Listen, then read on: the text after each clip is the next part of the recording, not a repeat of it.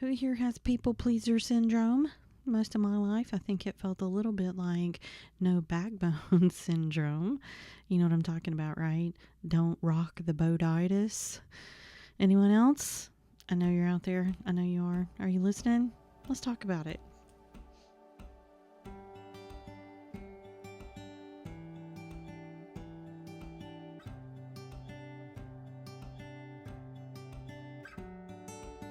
Hi, welcome back to Soulful Wonderings, a space to explore life's lessons, heal through reflection, and remember we're never alone on our journey. I'm Heather and I'm a people pleaser. Wait, isn't this where you go, hi, Heather? Right.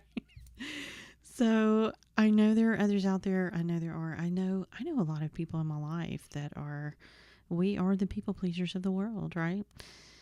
And I know here we're getting ready for back to school time.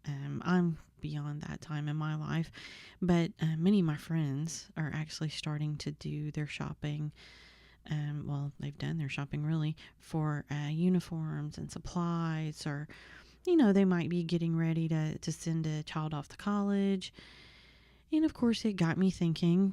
As one does, you kind of start to think back on that time of your life. I was thinking back to my school days, and for me, it might be a touchy subject. I'm not really sure how to classify it. So maybe let's back up for a minute.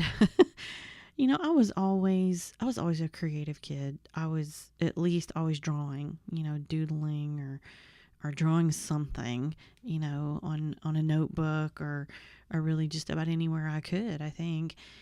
And of course, as I got older, I really thought that I wanted to pursue art as a career. And I know that sounds kind of broad, and at the time it was, because I wasn't really sure what art meant. I wanted to learn more. I knew I liked to draw. I knew I liked to be creative. I was also drawn to things like photos, though, and movies, especially movies. So I was a bit torn, between these things, as one often is at that young age. I didn't really know exactly what all this meant, but like I said, I knew I wanted to be creative. I knew that I wanted that to be part of my life.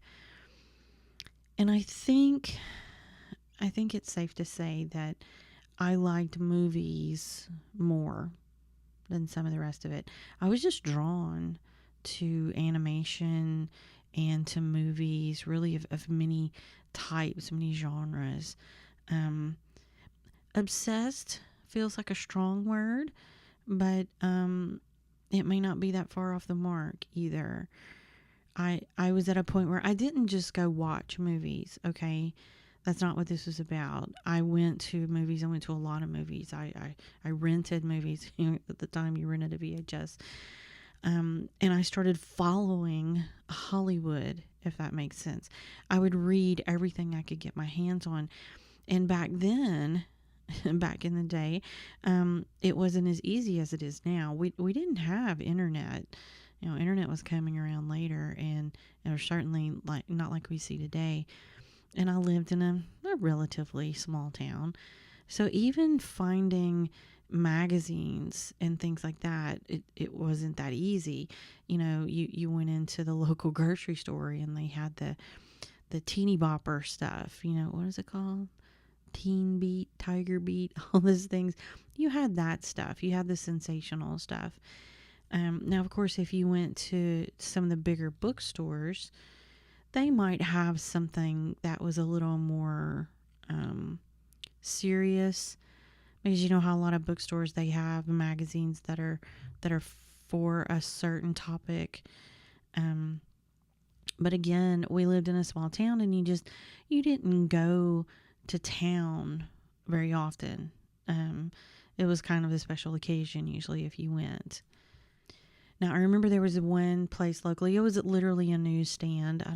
Do those still exist? Maybe in bigger cities they do. But they called it a newsstand, and they sold, that's where you went and got your newspaper.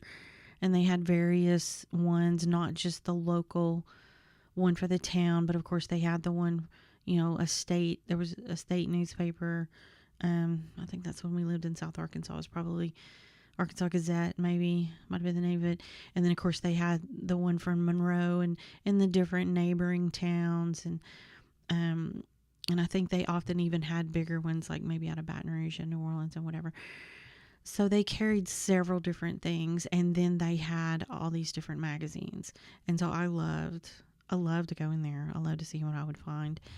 And I remember one time finding this magazine called Premiere. And in fact, the first issue I bought was their first issue. It was their premiere issue. And to me, it was quote unquote real movie talk. You know what I mean? It wasn't that gossip or lifestyle like I guess what People and magazines like that. It wasn't like that. It talked about the directors. It talked about the actors. It talked about the different work they did.